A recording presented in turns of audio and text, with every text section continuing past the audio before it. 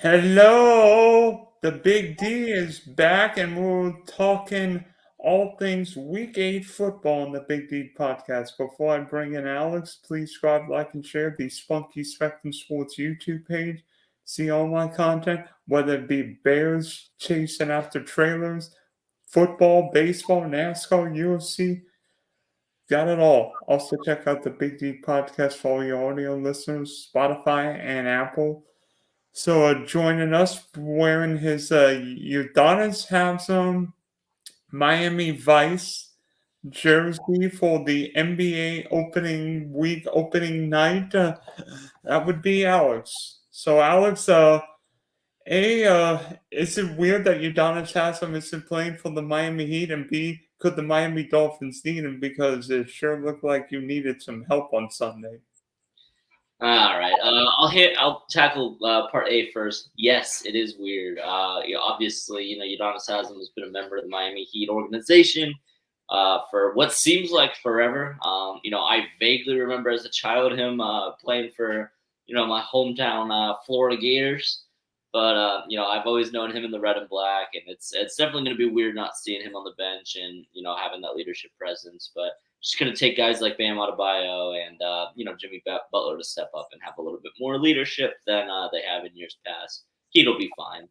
As far as your second point, we'll talk about the Dolphins a little bit as well. I definitely think that's something we'll be touching on. But that game wasn't as bad as the score says it was. Wait a minute. Wait a minute. Wait a minute.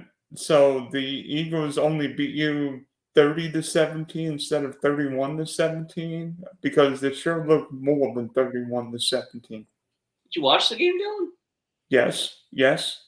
It wasn't that lopsided. I mean, really. No. You're right. It was more You're right. The final score looked more lopsided than it actually was. No, not at all.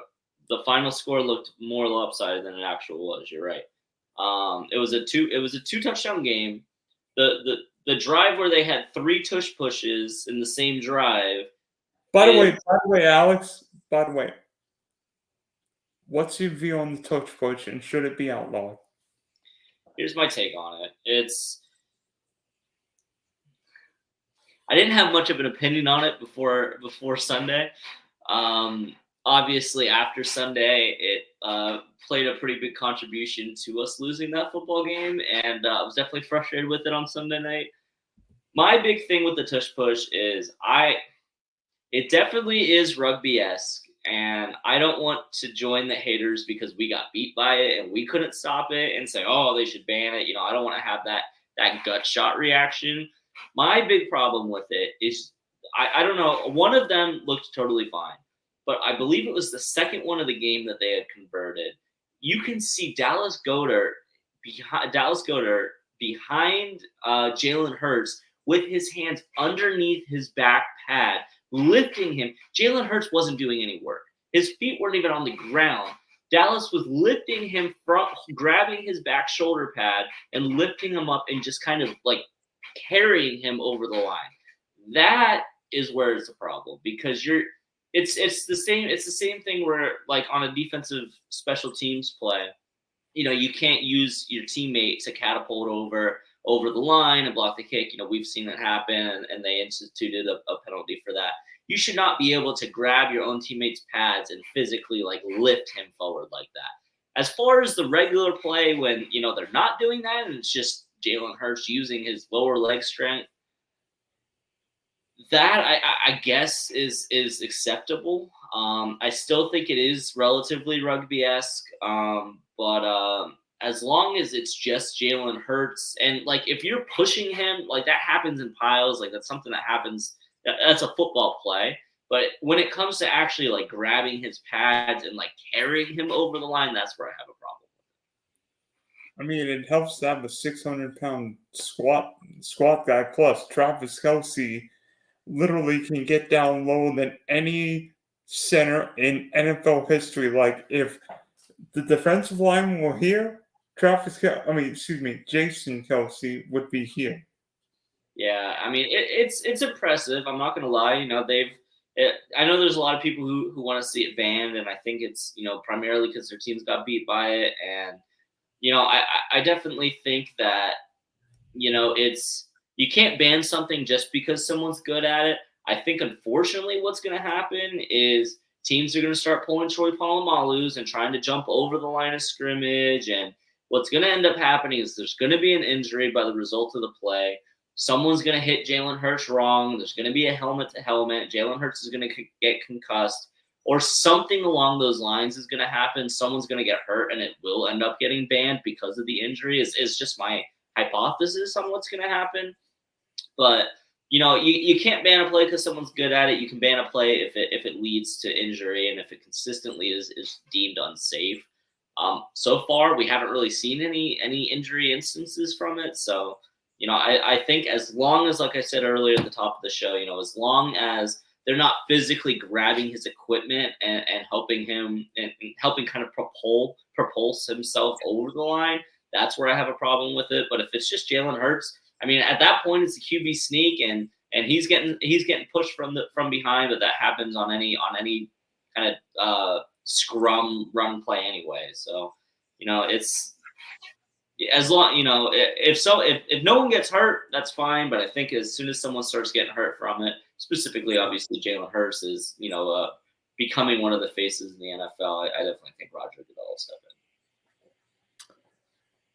I didn't think we could. I didn't think so. I didn't think a play would become the butt of everyone's shows. Well played, Dylan. Well played. But Alex, I mean, a little bit past third of the way through the season, not quite at Halloween. I mean, your Dolphins are 5-2. I mean, do you? I mean, a couple injuries. I mean, maybe Tyreek Hill, Jalen Holland, Olmstead, couple of guys. Your corners didn't play on Sunday night, but do you think the Miami Dolphins are capable of beating one of these Philadelphia, San Francisco's, Kansas Cities, particularly in cold weather? Or the Dolphins more a great team, Dolphins more a fast Ferrari? I definitely think that they're capable of doing that. I mean, you talk about cold weather. I mean, Miami should have beaten the Bills twice in cold weather last season. So, I mean, and that's one of them with a third string quarterback. So, I think the cold weather take is a little outdated. But to answer your question, I mean, I'm going to start off with the injuries because that's where you started with. The Dolphins are getting more players back in the second half of the season than they've lost. I mean, yeah, Tyreek Hill is banged up. We really didn't hear anything about it until today. It's definitely a new development. We know he didn't practice today. He's got a hip injury. There's really not a lot of information out there right now about Tyreek Hill's status. His status is up in the air for Sunday. If it's going to be a long-term thing, that's something we're going to have to deal with. Hopefully he's back next week against the Kansas City Chiefs because I know he wants to, of course, be there for his first game against Kansas City. But, Teron Armstead's going to be coming back. Jalen Ramsey is apparently making super speed on his meniscus injury and his recovery there. The Dolphins are getting more players back than they're losing. So I'm not worried about the injury side of things. I think we're going to have some reinforcements coming in. Teron Armstead will be back shortly as well, which will definitely help out. But, as far as down the stretch and playing good teams, like I said, that Eagles game was closer than it looked like. We were in that game until, that long drive that they had really killed the game there. But, I'm confident in Mike McDaniel, and I'm confident in the Dolphins players. The big concern that people had with the Dolphins team this season was if Tua can stay healthy. He has not shown any instances or any signs of any injuries throughout this season. We've seen the jiu-jitsu come into play with, I don't know if you've seen the clips. Obviously, I run across them maybe a little bit more than you would, but I mean, I've seen him backflipping out of plays when he's been pushed down to the ground. He kind of does a little backflip and lands back on his feet.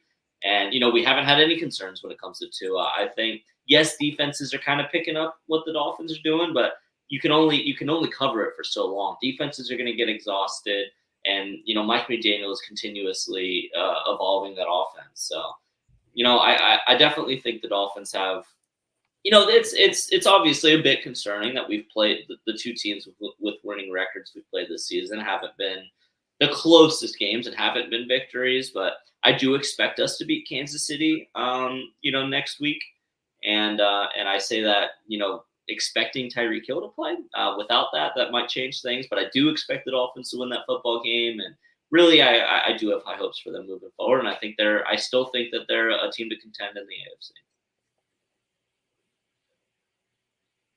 But let's switch it over. Enough about the Dolphins. We talked about them enough. I want to hear about your Jacksonville Jaguars, Dylan. Obviously, coming off a Thursday night football victory over the New Orleans Saints last week. The Jacksonville Jaguars are sitting here at 5-2. It's a good look for them so far. You got the Pittsburgh Steelers in Pittsburgh this week at 1 o'clock. What are your expectations for this game against Pittsburgh and for the Jaguars for the rest of the year? By the way, I've got. Let me see if you can remember this.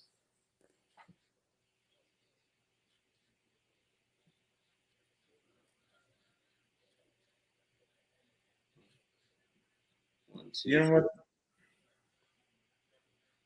4. 4 wins in 19 days, spanning 2 continents. That's good. I like that. That's a good poll you got there. I mean, be honest with you, I knew Trevor Lawrence would play in the dome because A, he went 0 for 2 at Clemson, and B, great quarterbacks aren't always healthy. I mean, both quarterbacks will fall from 100% in the Super Bowl. And sometimes you're not going to have the mobility. You're not going to have the fastball. But the Saints couldn't get near Trevor Lawrence. But, I mean, I think the Jags have actually exceeded my expectations this year. I mean, Christian Kirk looks like Christian Kirk. I mean, Calvin Ridley hasn't always been there, but I think Ridley was due for some positive regression. Everything was there. Travis Etienne has been a big surprise this year. He has been in fuego the last couple of weeks. Woo! Yeah.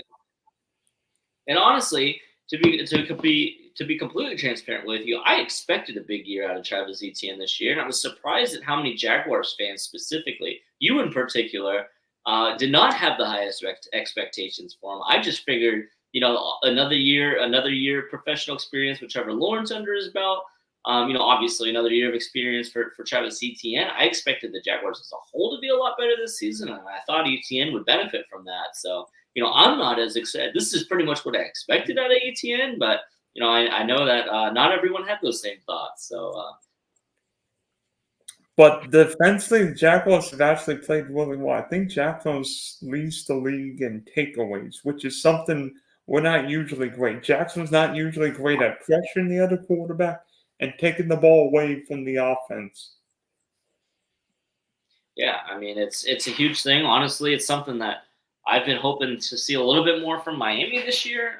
We've had some fumbles, some fumble recoveries in a couple. I mean, obviously Jerome Baker had the pick 6 on Sunday night, but it's a huge thing. I mean, you get that defense to get those takeaways, and you set up Trevor Lawrence in good field position.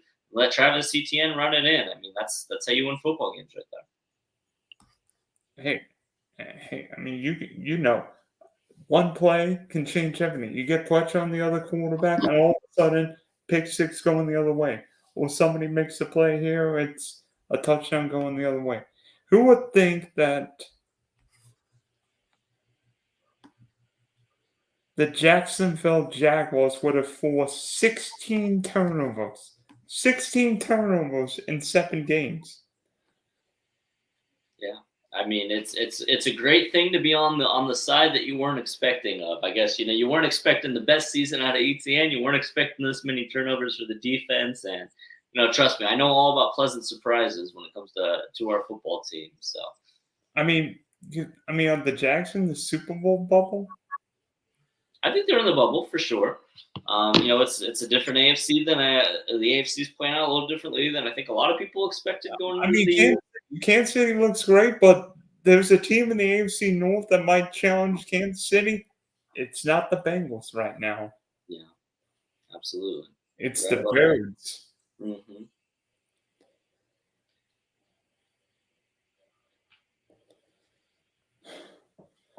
So, Alex, quickly, one more. I mean, we've seen Tyrod Taylor start for Daniel Jones the last couple of weeks. He all but beat the Bills, but not for a couple time deal in the headlight moments on Sunday night, and then beat the Washington Commanders last week. Quickly, one more. If you were Brian Dable, assuming Daniel Jones is healthy, who's the New York Giants starting quarterback? Daniel Jones or Tyrod Taylor? Daniel Jones. Tyrod Taylor, and it's not even close. Tyrod Taylor's a better thrower, better runner, and doesn't make mistakes. I mean, all I'm looking at is, yeah, they almost beat the Bills. They also put up 9 points. Yeah, they beat the Commanders. They put up 14 points. Like, I get it, but you just paid Daniel Jones a bunch of money. I don't care what he's looked like this season. Tyrod Taylor's your backup quarterback, and Daniel Jones is the starter. The Cleveland Browns put up 39 points with Deshaun Watson sitting on the bench on Sunday. Yeah, but the Giants aren't going anywhere this season. Like, what's the point of playing Tyrod Taylor? You just paid all this money to Daniel Jones. You may as well at least give him the reps and give him the opportunity to try and turn things around for his own sake. Obviously, that's not playoffs this year, but why? Here's what would happen if Daniel Jones plays. He will be sacked. He will throw picks. The Giant fans will boo, and Darren Wall is going to be pissed, thinking somebody throw me the bleeping ball. Yeah, but if you don't play Daniel Jones, then you're going to have Tyrod Taylor also not winning football games for your football team, and you're going to have your starting quarterback, who you just paid a bunch of money to, pissed off that he's riding the bench for the rest of the season. I mean, do you want him to either potentially fail but have the opportunity to succeed, or have him pissed off sitting on the bench with a pocket full of money that you're on the dime for? I mean, to me, it just doesn't make sense to play. Like, if they both are healthy, he's still a young quarterback. You're still developing him. He's still got things to learn. I mean, I don't see where the benefit in playing Tyrod Taylor is. If you're the Giants, you at least want to give Daniel Jones the opportunity, because he's looked decent at times in the career. That's why he got the contract. He looked fine last year. You got to give him the opportunity to be able to turn things around. Daniel Jones got paid because of 2 games against the Minnesota Vikings, a team that could not stop a nosebleed, a team that could not stop you throwing the ball last year. But Dylan, if you bench a healthy Daniel Jones, you have to move on from him. You can't bring him back next season. So if you're the Giants, what do? Do you eat that contract you just gave him last offseason? I mean, boy, I'll tell you what, if I'm an owner of an NFL team and my general manager just gave a quarterback a boatload of money and then benched him halfway through the next season and then told me that he wants to get rid of him in the next offseason, I'm going to look at him and I'm going to say, you're out of here too, buddy. You're going out the door with him. By the way, I will bet you the Daniel Jones move was not a GM move. It was a pure ownership move, thinking this guy is Eli Manning 2.0 when Daniel Jones is a bottom 10 quarterback in the league. Well, then the GM should be fired for not standing up to his owner, and the owner should sell the team, because, I mean, the Mole family is not the Mole family won't sell the Giants. Trust me. I don't know. I'm glad I'm not a Giants fan. I'll tell you that much. And my good buddy is, and I feel sorry for him every Monday when he shows up to work. And now he's got a bigger headache after what your Dolphins did to him a couple of weeks ago. Yeah, he knew that was coming. We were very ready for that Monday.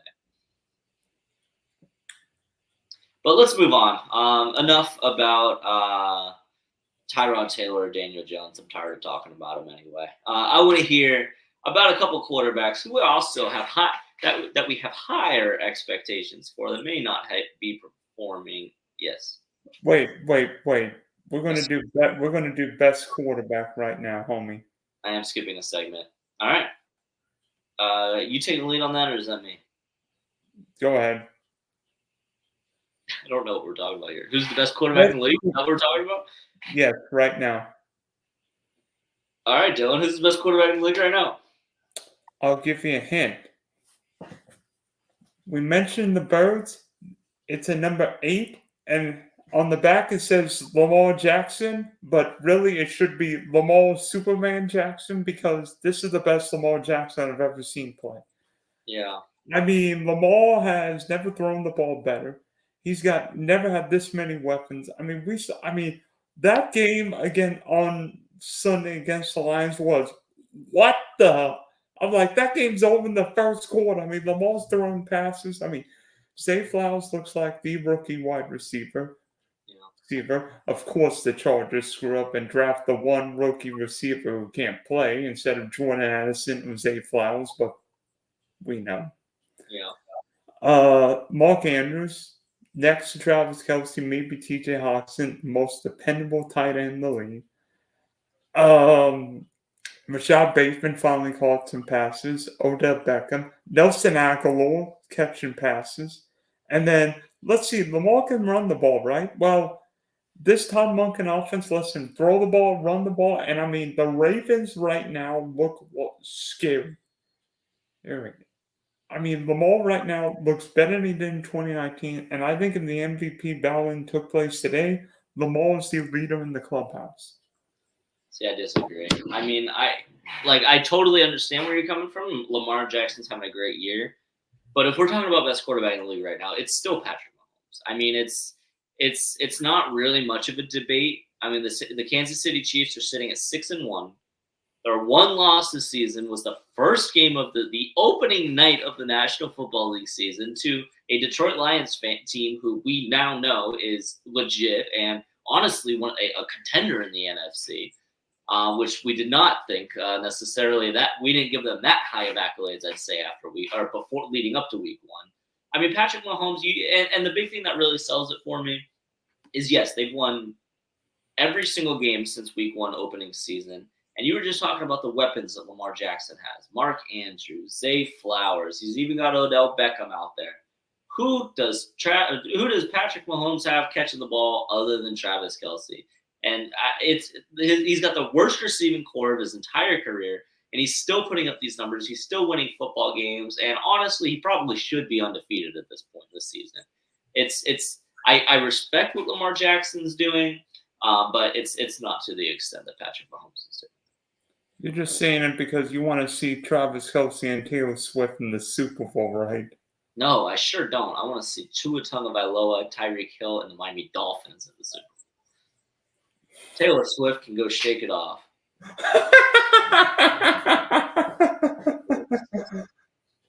or maybe it'll be some teardrops on my guitar. You lost me there. I knew the one, but that's all I got for you. Not much of a Swiftie over here. Much bigger Travis Kelce fan, especially when he's supporting my fantasy teams. But we can move on. Let's move on. Next category. This is where I was going with the last category before I accidentally skipped it. But to the point, what's wrong with Justin Herbert and Justin Herbert and Josh Allen? Talk to me. I want to hear it because it's Justin Herbert is not looking like the Justin Herbert that. Honestly, I think everyone was expecting Justin Herbert to take a bit more of a step this year, and he is taking a step back. And then we can start with that, and then we'll go into Josh Allen, who I think the Buffalo Bills as a whole have been a bit questionable this season as well. Well, you and I both have different opinions on Justin Herbert. You think he's unclutched. You think he can't win the big games. But I am a huge Justin Herbert fan. I picked him to win MVP this year. And to be honest with you, I don't think Justin Herbert's played great the last couple weeks. But the other Chargers have failed him. Just like they failed Dan Fouts. Just like they failed Drew Brees. Just like they failed Philip Rivers. The city of San Diego. / LA now. No, they failed the city of San Diego. I guess they're failing the city of LA too, but their fans don't show up to those games anyway. But the Chargers right now have got everything you want. A top 5 quarterback in his prime. An otherworldly running back in Austin Eckler. A great, dependable receiver in Keenan Allen. 2 pass rushers. And the Chargers keep losing because because Brandon Staley right now couldn't coach a youth football team. I mean, but be honest with you right now, the LA Chargers are close. You and I both know it. Owen. And yeah, Herbert hasn't been great. And maybe there's something mechanically wrong with Herbert, but be honest with you right now, he's had 3 offensive coordinators in 4 years. The Chargers couldn't figure out their head coaching situation. Where is Austin Eckler? Is he really healthy coming off that high ankle sprain? Yes, Mike Williams is out, but Keenan Allen's still great. Josh Palmer's catching passes left and right. What's going on with Quentin Johnson? Is he in the witness protection program? Can he play? Because I saw him make plays at TCU, and now he can't catch in the end. Now he can't even get on the field in the NFL. And more importantly, the Chargers' offensive line has been pitiful. Pitiful. Pitiful. Wait. Do I need to say it one more time? Yeah. The Chargers' offensive line couldn't protect Herbert in Week 6 against Dallas and Week 7 against Kansas City.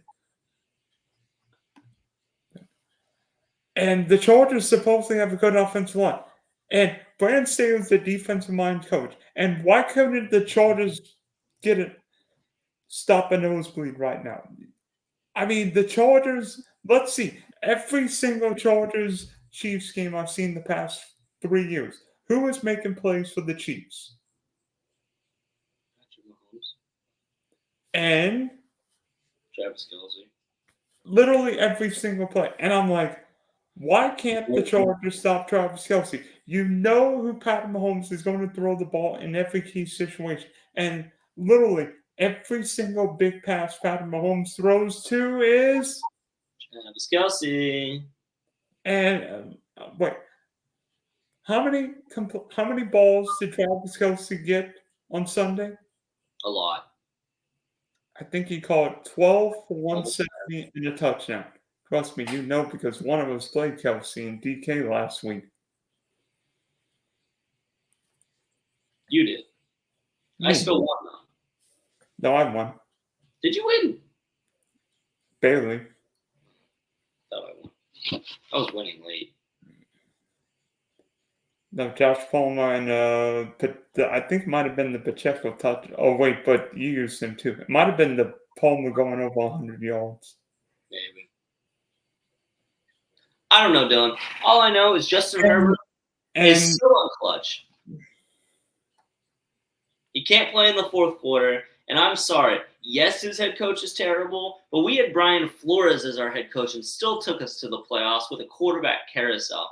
Justin Herbert, if he was as good of a quarterback as you say he is, he would overcome Brandon Staley. He's got enough weapons on his team, and the fact that he can't take a fourth quarter drive with the game on the line without throwing a pick or taking 2 sacks in a intentional grounding against Miami, there gets to a point where, yes, your coaching is bad, but you still have the opportunity to do it on the field, and he cannot get it done when it counts. I've seen it countless times. It happens over and over and over again, and I'm tired of the excuses for Justin Herbert. He's not clutch.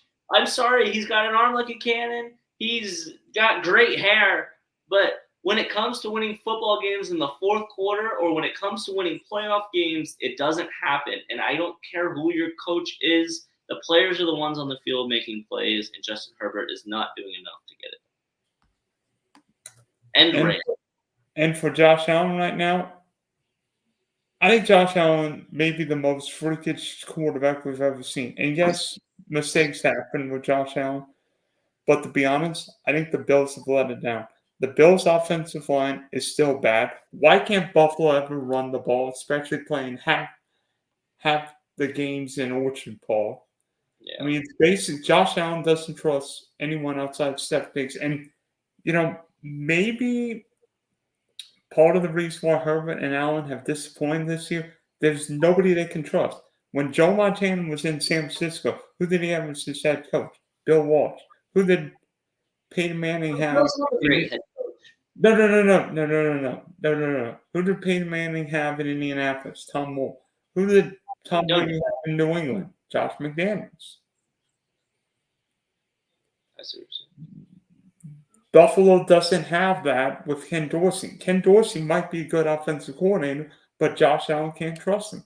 And I think Sean McDermott is an okay head coach, but in today's NFL, I think you need an offensive-minded head coach.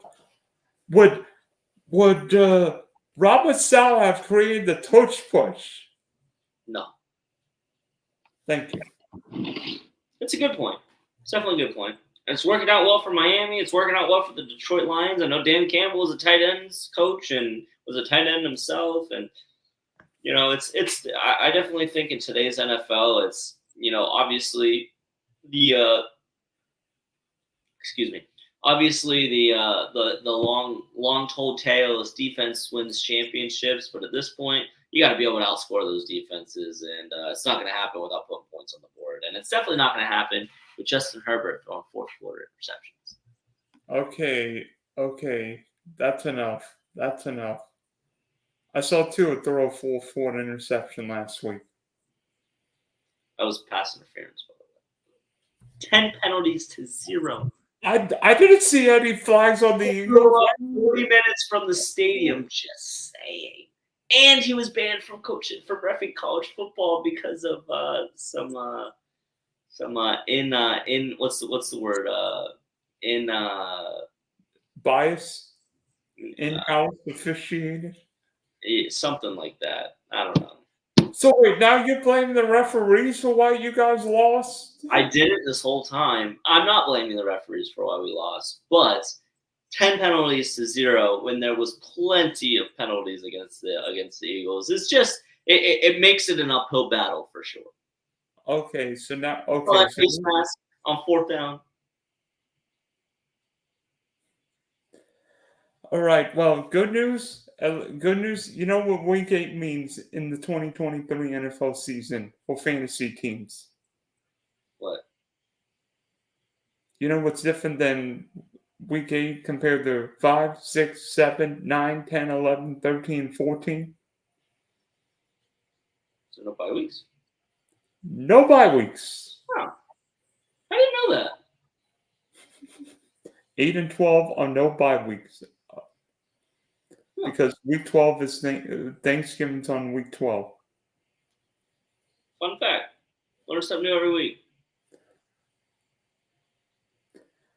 What is the biggest Week 8 injury you're looking at? There's definitely a bunch of them.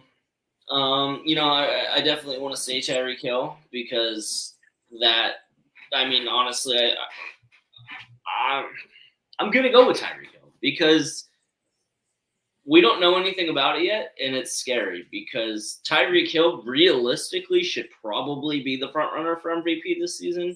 What he is doing is absolutely ridiculous. He's shattering wide receiver records this season. He's got the most reception yards through 7 weeks in NFL history. He's fully and confidently on pace for 2,000 yards, which has never happened from the wide receiver position. We're seeing things that we've never seen in football before, and he is definitely key to the Miami Dolphins offense. Of course, Tua and Waddle would be able to hold it down, and I'm fully confident even if Tyreek Hill didn't play against the Patriots that we'd still probably cover the 9-point spread. But it's definitely something that the Dolphins have to be very aware of and have to take very seriously because any long-term injury to Tyreek Hill, you can kiss the Super Bowl away. Goodbye. You could probably kiss a playoff win goodbye because he is just that good. I mean, it's something we haven't seen before. I don't care about Justin Jefferson. I don't care about Cooper Kupp. Tyreek Hill is the best wide receiver in the NFL, and it's really not even close. So anytime a player that dominant is in danger of missing a football game, I'm going to have to say that's probably the biggest impact. Again, it's the Patriots. I don't think it'll really change too much against the Patriots because of how bad they are this season. But, I'm going to go Tyreek Hill. I'm going to the Bay Area because Brock Purdy being out changes that whole Bengals 49ers game because Cincinnati, San Francisco look like the game of the day still is. But the 49ers are getting banged up, just like they always seemingly all this time of year. Debo didn't play on Monday night. Trent Williams didn't play. Christian McCaffrey looked like Christian McCaffrey, but the 49ers are hurting. And now on a short week with, you won't believe who'll be the 49ers starting quarterback this weekend. Sam Darnold. Well, Sam Darnold be seeing ghosts.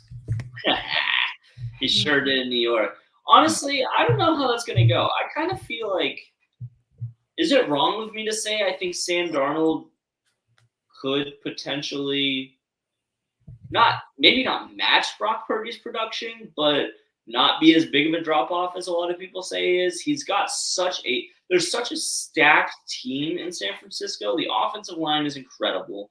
The defense is incredible. You can rely on your running back in Christian McCaffrey, the best running back in the league, and you have weapons for him to throw to. I mean, to me, like, there's no better team in football to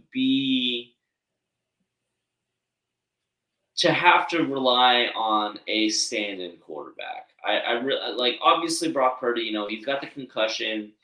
As long as they treat things right and as long as they do it right and not do it like the Dolphins did last season with Tua, he should only miss maybe 2 games if he has a setback. But really, I mean, it should just be the one. I could see Sam Darnold coming into that football game, obviously game planning for it and kind of game managing that game, giving a lot of the ball to Christian McCaffrey, a lot of the ball to Deebo Samuel. And I could see him holding on to that game and having Cincinnati go down to Sam Darnold in the San Francisco 49ers. I mean, Sam Darnold has never played with this good of a team, with this good of a head coach. Sure didn't have it with the Jets or the Panthers. He had McCaffrey with the Panthers. You're right. Meow. Although I'm not sure Darnold and McCaffrey played together much. Did they not? I mean, they probably didn't play together much, but they were on the same team. Because Darnold was. Wait. They definitely overlapped. Not that it matters now, but it's going to be interesting to see what Darnold and McCaffrey do on Sunday, because if you're the Bengals, this is absolutely a must-win game. Absolutely. Every game's a must-win game for the Bengals at this point with how good the Ravens are playing and, I mean, what that AFC is looking like. I mean, you sure put yourself behind the 8 ball by having that bad of a start, Cincinnati, and you got to pretty much it's got to be pedal to the metal for the rest of the season. You can't take any weight for granted. Agree. I mean, if you look at the Bengals schedule, San Francisco, Buffalo, Baltimore, Pittsburgh twice, Jacksonville, Kansas City, that is a gauntlet of quarterbacks. That is disgusting. I didn't realize how bad that was. That makes me happy as a fellow AFCer. Wait a minute. Don't the Dolphins have a brutal schedule the rest of the way? It's not as bad as that, that's for sure. I mean, we still play the Chiefs, but we've got New England again. We've got the Jets twice. The Commanders, the Titans. Cowboys. Then we finish Cowboys, Ravens, Bills, which is definitely a tough finish to the season. But we've got the Raiders. I mean, the Patriots, that's a locked-up win. The Raiders, I'm pretty sure we can sweep the Jets. The Commanders, the Titans, all of those games should be wins. And then it just comes down to stealing a couple from – definitely got to beat Buffalo week 18. I think we could beat the Cowboys on Christmas Eve. And like I said at the top of the show, I expect us to beat the Kansas City Chiefs next week. Lock it in. And we're covering the spread against New England this week. Oh, if New England beats your Dolphins, everybody will come texting and DM you saying, "Why did I listen to that knucklehead Alex? Why don't I listen to me? Why don't they listen to me?" Honestly, it's typically the smarter move to listen to Dylan, but I'm locking in Dolphins spread. You locking in Dolphins money line. Oh, money lines. You're not going to make any money on the money line. Okay, you locking in Miami and the points. I might do an alternate line. I mean, honestly, I don't even think I need. I don't think Mac Jones is a good quarterback, and that's really what it comes down to for me. Like they played better than I thought they would the first time we played them, but this is in Miami. We're on our throwbacks. We are going to be ready for this football game. Okay, we've got one more topic left. And you're going to ask me the question. All right, Dylan. Here's the last topic. The trade deadline is not quite here yet, but it's creeping closer. It's getting a little bit closer. And I want to know, Dylan, who would you say would be the biggest trade potential with this upcoming trade deadline loop? I would love to see Kirk Cousins end up with the Atlanta Falcons. Wow. Okay. Huh. After they just drafted Ritter? I've seen enough for Desmond Ritter. He's not good. The Atlanta Falcons are good enough to win the NFC South and maybe even win a playoff game with Kirk Cousins. Let's see. Kyle Pitts, Drake London, Bijan Robinson when his head's on, when he's not feeling achy, and a very good offense line, really good young coach in Arthur Smith. You put that in a quarterback-less division where Baker Mayfield is the best quarterback in the NFC South today. The Atlanta Falcons not only will win the division, but will give that number 5 seed, whether it's Dallas or the NFC West team, hell in the first round, and maybe even beat them. Who's your preseason pick in the NFC South? I will plead the fifth on that. That would be the Carolina Panthers. I forgot. I didn't even remember who it was. I had the Saints, who it was looking like a decent pick, but now they're not looking as hot. But damn, you're the Panthers. I would say that's an interesting call, though. I mean, Kirk Cousins. It's so weird because like he hasn't been with the Vikings for that long, but I just feel like the Vikings is such the right spot for him. Like I can't picture him in another jersey, even though he's played in a couple other. And I don't know. I don't know what that would mean for Justin Jefferson. Obviously, I mean, there's a couple good quarterbacks coming out of the draft next year. How high Minnesota can get in the draft is yet to be determined. But, you know, you definitely got to make Justin Jefferson happy because there's no one in Minnesota who is more valuable than Justin Jefferson. And that is, if you got to make one person happy, that's the man you got to make happy. What if Minnesota got Caleb Williams or Drake May for the next 10 years? You're gonna have to sell a house to the Chicago Bears. Or the Panthers. Do the Panthers have their draft pick? The Bears have Carolina's first round pick this year. Because the Bears could potentially get the top 2 pick, which would be crazy. Yeah, get Caleb Williams and Morgan Harrison Jr. You think the Bears would draft Caleb Williams? 1,000%. Keep? And trade Fields. Goodbye. That'd be crazy. Like, I would draft him and trade him. Or draft him.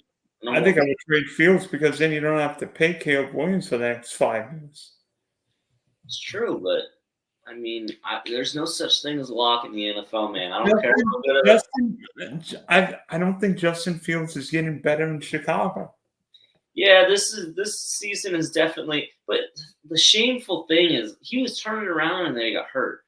Like, he had a brutal start to the season. I'll give you that. But things look like, I mean, you saw what DJ Moore did. I mean, I really had high expectations for the second half of the Bears season with just the connection that DJ Moore and Justin Fields were building. I really thought they had something going there. And it's a shame that he got hurt because, you know, I was really interested to see him.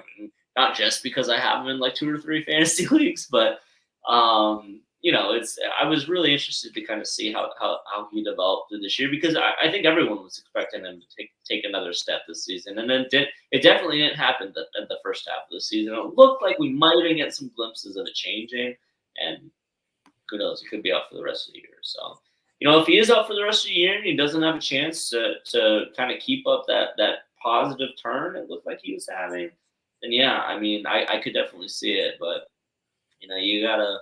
The Bears are still trying to win football games. They're not tanking. I really don't.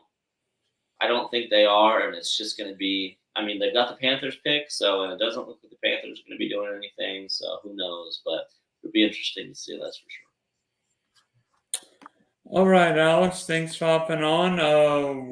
Your Miami Dolphins host the New England Patriots. My Jacksonville Jaguars head to the Steel City. So hopefully week 8 goes better for your Dolphins, and maybe we'll both be 6-2 come Halloween. That's what we can hope for. Thanks for having me, Dylan, as always, and good stuff.